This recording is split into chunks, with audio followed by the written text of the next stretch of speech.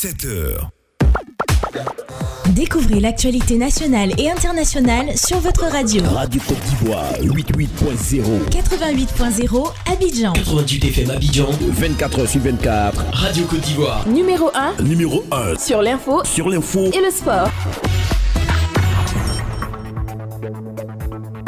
Attends, il va lancer.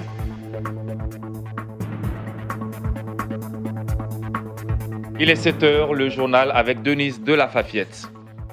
À la une de cette édition, le chef de l'État a reçu hier les lettres de créance de 5 nouveaux ambassadeurs accrédités en Côte d'Ivoire. Tous les nouveaux ambassadeurs ont exalté l'excellence des relations entre leurs pays ou institutions respectifs et la Côte d'Ivoire et ont promis d'œuvrer à leur renforcement. La santé également dans ce menu de 7h. 400 millions de personnes sont atteintes du diabète dans le monde et pour faire reculer considérablement cette tendance, la communauté internationale autour d'une seule voix veut mobiliser et sensibiliser les individus et les communautés à porter l'épidémie de diabète au devant de la scène et cela à travers la journée mondiale du diabète qui a lieu aujourd'hui. Toujours dans ce 7h, un dossier, nous parlerons de la région de l'Ifou où on parle de montée de la maternité précoce dans les écoles de la région. Et puis dans l'actualité internationale, le Forum sur la paix de Paris a pris fin hier mardi. Bonjour Denise. Bonjour Aboussila. C'est avec l'agenda du chef de l'État que nous démarrons cette édition. Effectivement, 5 nouveaux ambassadeurs accrédités en Côte d'Ivoire en qualité d'ambassadeurs extraordinaires et plénipotentiaires ont présenté leur lettre de créance au président de la République, Alassane Ouattara. C'était hier mardi au palais présidentiel. Rappelant les rapports de longue date qui unissent l'Union européenne et la Côte d'Ivoire, l'ambassadeur Jobs von Kirchmann s'engage à les renforcer davantage. Écoutons. La Côte d'Ivoire et l'Union européenne sont ensemble depuis très très longtemps. L'Union européenne, c'est le premier partenaire commercial de la Côte d'Ivoire. L'Union européenne achète 40% des produits qui sont fabriqués pour l'export en Côte d'Ivoire. C'est énorme. Et en investissement, on a à peu près 60% des investissements étrangers directs dans le pays qui viennent de l'Union européenne. Ça, c'est notre intérêt commercial. Mais après, on va beaucoup plus loin. Cette alliance porte sur des résultats concrets. Donc, on veut créer de l'emploi. On veut qu'il y ait plus d'étudiants de l'Afrique, de la Côte d'Ivoire, qui vont en Europe. On va augmenter les fonds pour permettre 75 000 étudiants d'aller en Europe. Et donc, on essaye de faire quelque chose concrètement jusqu'à 2020. C'est quelque part la porte qui va s'ouvrir pour avoir encore plus d'investissement, plus de croissance dans l'avenir. Et je suis très fier et très content que je puisse accompagner la Côte d'Ivoire sur ces chemins, mais pas tout seul, ensemble avec les États membres. Et pour parler toujours de l'agenda du chef de l'État, Alassane Ouattara, il s'envole ce matin pour Lomé au Togo pour les 45 ans de la BOAD. La Côte d'Ivoire veut se doter d'un code de la construction et de l'habitat. Plusieurs experts dans le domaine de la construction sont en atelier où ils vont durant 3 jours échanger sur un avant-projet élaboré à cet effet en vue de sa validation définitive. Denise, rendons-nous à présent à Daloa pour parler éducation. Les chefs d'établissements publics et privés et les inspecteurs d'enseignement primaire ont vu leur capacité renforcée en éducation entrepreneuriale. Ils ont participé à un atelier à cet effet. Cette initiative du ministère de l'Éducation nationale à travers la vie scolaire, nous dit Alassane Koulibaly. Ils sont nombreux, les élèves qui, après les études ou même quand ils sortent prématurément de l'école, sont livrés à eux-mêmes parce qu'ils n'ont pas appris à entreprendre. C'est pourquoi le gouvernement ivoirien a décidé de développer l'entrepreneuriat à l'école. Voilà tout le sens de cet atelier de formation des chefs d'établissement du Haut-Sassandra. Efimbra Kwaku Nicolas, directeur de la vie scolaire au ministère de l'Éducation nationale, il est formateur. Nous avons mis l'accent sur la formation, parce que la formation, c'est ce qui peut permettre aux enseignants, qui sont les porteurs, les accompagnateurs, mais aussi à tout le staff de l'éducation nationale, de pouvoir encadrer cette activité, de pouvoir travailler à ce qu'on ait un bon résultat. 4 modules sur le fonctionnement de l'entrepreneuriat ont été dispensés aux chefs d'établissement et ils repartent satisfaits. Longo Kwaku Jonas, directeur des études du collège La Moisson de Gonaté.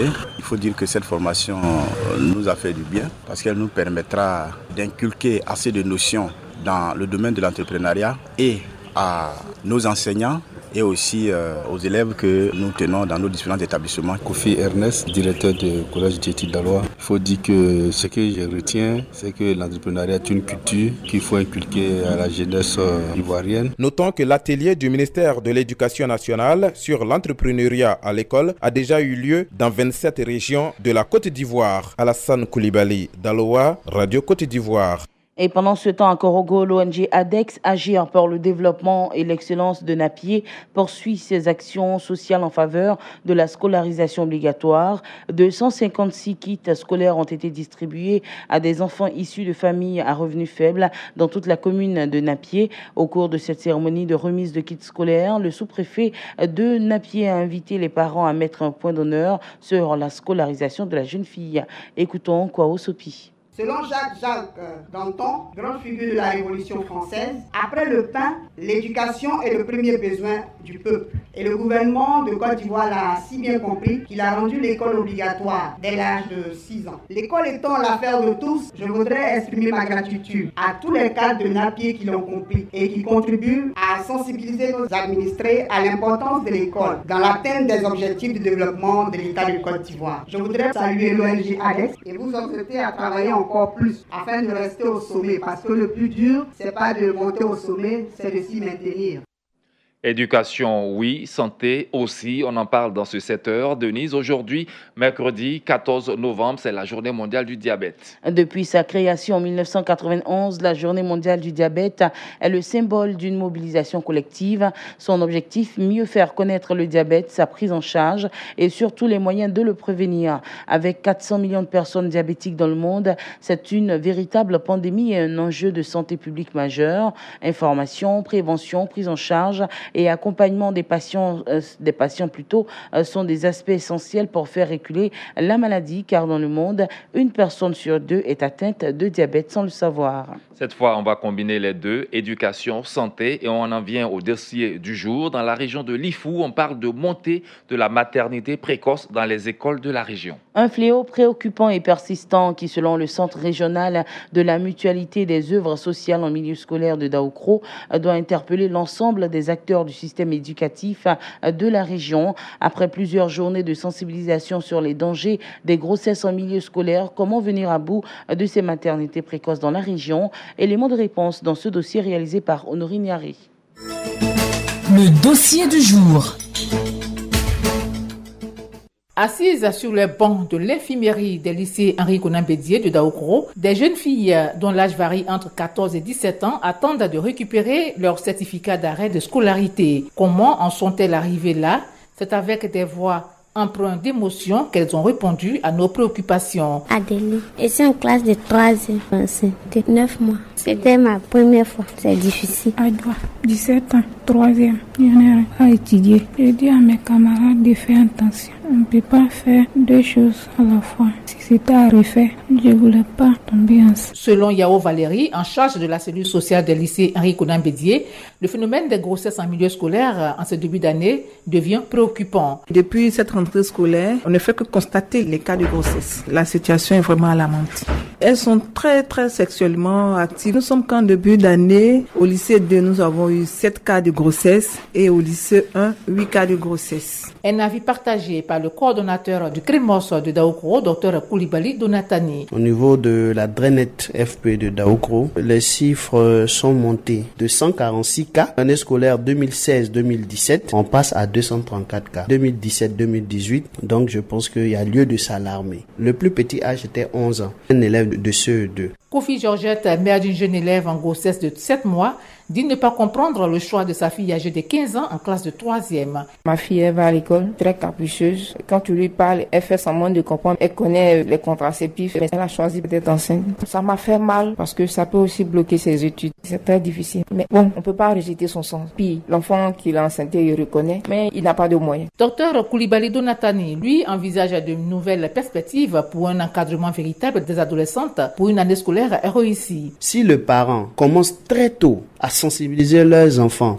sur l'éducation sexuelle et qu'ils deviennent le premier repère des enfants, ça va réduire l'âge des premiers rapports. Mais si déjà le parent n'arrive pas à influencer son enfant, il ne maîtrise pas les fréquentations de leurs enfants, ils ne font même pas le suivi scolaire de leurs enfants et naturellement ce sont les pères et les médias qui vont prendre le dessus. Vivement que des solutions idoines soient trouvées par l'ensemble des acteurs du système éducatif de la région face à ce fléau préoccupant des grossesses précoces en milieu scolaire qui enregistre parfois la déscolarisation de la jeune fille. Honorine Niaré, Daokro pour Radio Côte d'Ivoire.